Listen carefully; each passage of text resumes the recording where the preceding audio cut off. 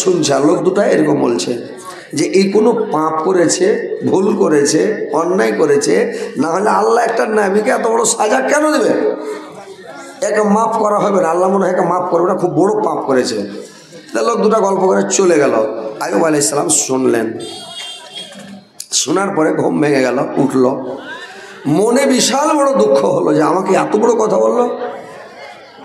তখন আল্লাহর কাছে দোয়া করতে লাগলেন, আল্লাহকে বলতে লাগলেন, ও আইয়ুব ইয নাদা রাব্বাহু আন্নী মাসানি যুররু ওয়া আনতা আরহামুর রাহিমিন। স্মরণ করো আমার আইয়ুবের কথা। তখন সে তার পালন কর্তাকে আহ্বান করে বলেছিলেন, আল্লাহ আমি দুঃখে কষ্টে পতিত হয়েছি, আর তুমি দয়াবানদের মধ্যে সর্বশ্রেষ্ঠ দয়ালু। আল্লাহ বললেন, যখন আমাকে আহ্বান করে আমার আইয়ুব বলল, আমি তার ডাকে সাড়া দিলাম, আমি তার ডাকে সাড়া দিলাম। ফাস্তাজাবনা লাহু ফাকাশাফনা মা বিহি মিন জুরিয়া ওয়া আতাইনাহু আহলাহু ওয়া মিসলুহুম মাআহুম রাহমাতুম মিন ইনদিনা ওয়া যিকরা লিল আবিদিন।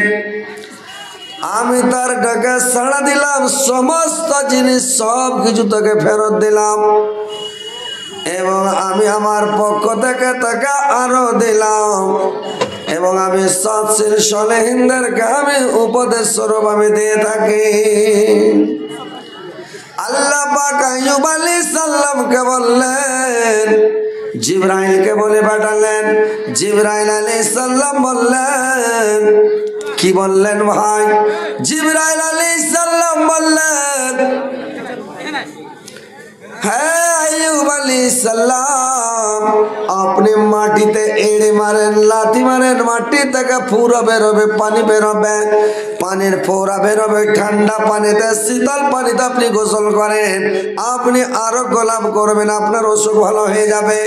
ওই কাজ করলেন আইয়ুব আলাইহিস সালাম। যখন গোসল করলেন, ভালো হয়ে গেল। তো ভাইরে আমার, আল্লাহ বললেন, ওর কুছ বেরিজলেকা হাজা মুগদাসালুম বারিদা ওয়া সারাব। যখন গোসল করলো তখন সে ভালো হয়ে গেল। হযরত আইয়ুব আলাইহিস সালাম 18 বছর পর্যন্ত সে অসুখে পড়ে থাকলো, বেমারিতে পড়ে থাকলো।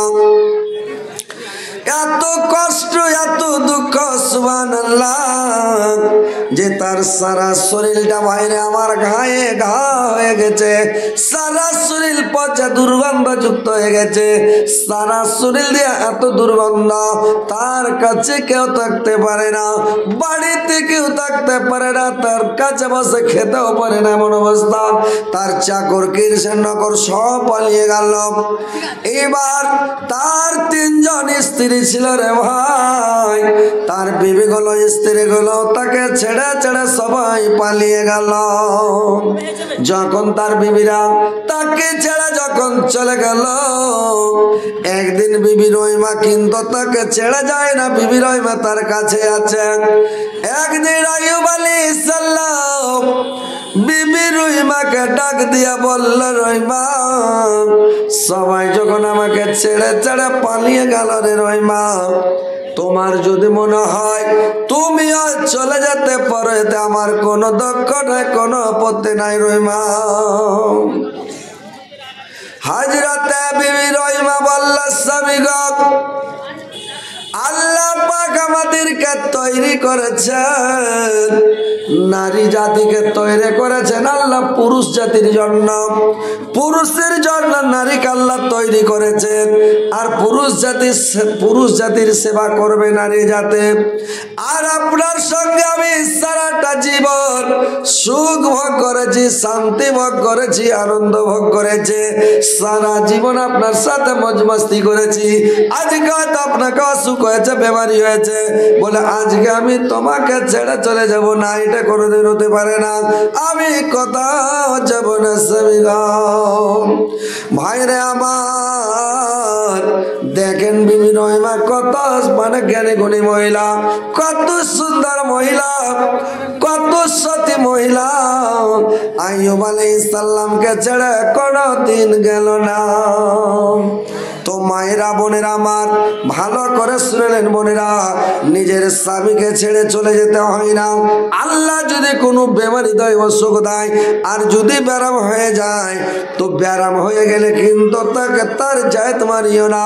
মেয়ে ছেলেরা করে কি পুরুষের জায়েত মারে? মেয়ে ছেলেরা 4টা কারণে জাহান্নামে যাবে রে ভাই। 4টা কারণ এদের জাহান্নামে যাওয়ার 4টা কারণ। 1 নাম্বার কারণ হলো, 1 নাম্বার কারণ জাহান্নামে যাওয়ার হলো এদের যে এরা করে কে ও অলসতার কারণে জাহান্নামে যাবে। কেমন অলসতা? এই যে মহিলারা অলসতা করে কেমন করে? যখন মেয়ে ছেলেরা করে একটা বেমারি হয় প্রত্যেক মাসে মাসে, যেটা হাইজ নিফাস বলা হয়। তো যখন মেয়ে ছেলের যখন হাইজ হয়, এরা 3 দিন 4 দিন 5 দিন পর্যন্ত নামাজ পড়তে পায় না, অপবিত্র থাকে। কিন্তু আল্লাহর রাসূল বলেছেন যখন তোমরা পবিত্র, যখন তোমাদের বেমারি ভালো হয়ে যাবে, অসুখ ভালো হয়ে যাবে, তোমরা ফরজ গোসল করে তোমরা নামাজ শুরু করো।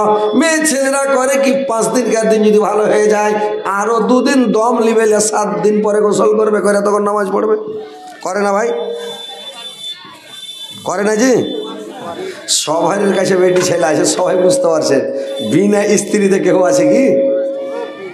সবাই জানে আমরা মুল্লি সাহেব হইলো কি আমাদের কাছে স্ত্রী আছে, তার মানে সবাই বুঝলো। এরা ওই মানে কথা তো বুঝবে না, এরা ওই কে একটা গরু কিনে এসছে, বুঝতে পারলেন তো? গরু কিনে এসছে একটা খুব তাগড়া আইড়া, তো কিনে নিয়ে এসে কইছে আইড়া রে তোকে কিন্নু, তখন আইড়াটা কইছে আমিও শুননু, তখন কইছে খাইয়াটাই হালে ভালো করে বহিস, তখন আইড়াটা কইছে আমার এইটাকে কহিস। তো ওইরকম কিছু চ্যাংড়া